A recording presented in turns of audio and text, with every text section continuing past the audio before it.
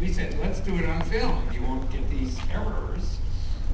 And we got successful. And over about 3 or 4 years, we bought equipment, lights, cameras, and sound equipment, and all that stuff. I know it's common knowledge out there that you worked on Mr. Rogers, and that's sort of, everyone in Pittsburgh worked on Mr. Rogers in those days, you've said. But is it true, I just want to know this for a fact, that you actually worked on the episode where he got his tonsillectomy? Is that an actual fact? I shot the whole thing. Mr. Rogers gets a tonsillectomy. So the first horror film, I think, in a weird way, going into...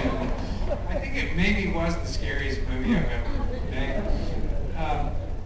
Fred was a wonderful guy. I can't in any way talk down on Fred. Everyone from Pittsburgh who has wound up as a working professional in any sort of electronic medium started with Fred. Fred was a wonderful, wonderful guy. He was a bit of a child. I mean, he really was the guy that you saw. When we shot him, we shot this tonsillectomy. Of course, he didn't actually have it. He was just trying to tell kids that don't be afraid. And so he said, what's the best way to show that it's fun? Well, I'll have them push me around in wheelchairs.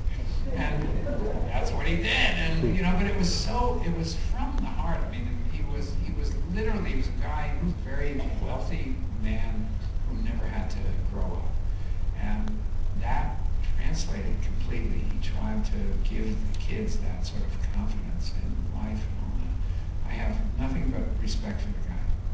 I mean, I agree totally. So I just wanted to clear that up because I didn't know if it was like an urban myth or something. Oh, no. I did all the little, he used to have this thing, the trolley would come out. And would say, okay, it's time for picture. The trolley would come out, and there would be a little screen that would drop, and they would show you something like, how do they make light bulbs? And it was always some little interesting film, and I shot all of those things. And the one biggie, the big, spectacular Cleopatra of the pictures was Mr. Rogers gets a tonsillectomy. So how does one transition from Mr. Rogers then to a film like Night of the Living Dead? I mean, quite easily. You say so. No, you don't ever think of yourself as a horror filmmaker. You want to make film, right? And I don't care what it is. I'll shoot how do you make a light bulb. I'll shoot it tomorrow, just give me the job.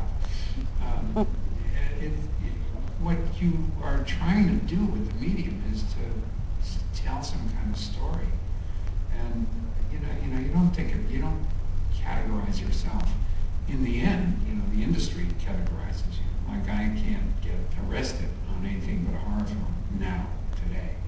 And I went through, there were a number of years where people were saying, oh, maybe this guy can do something else.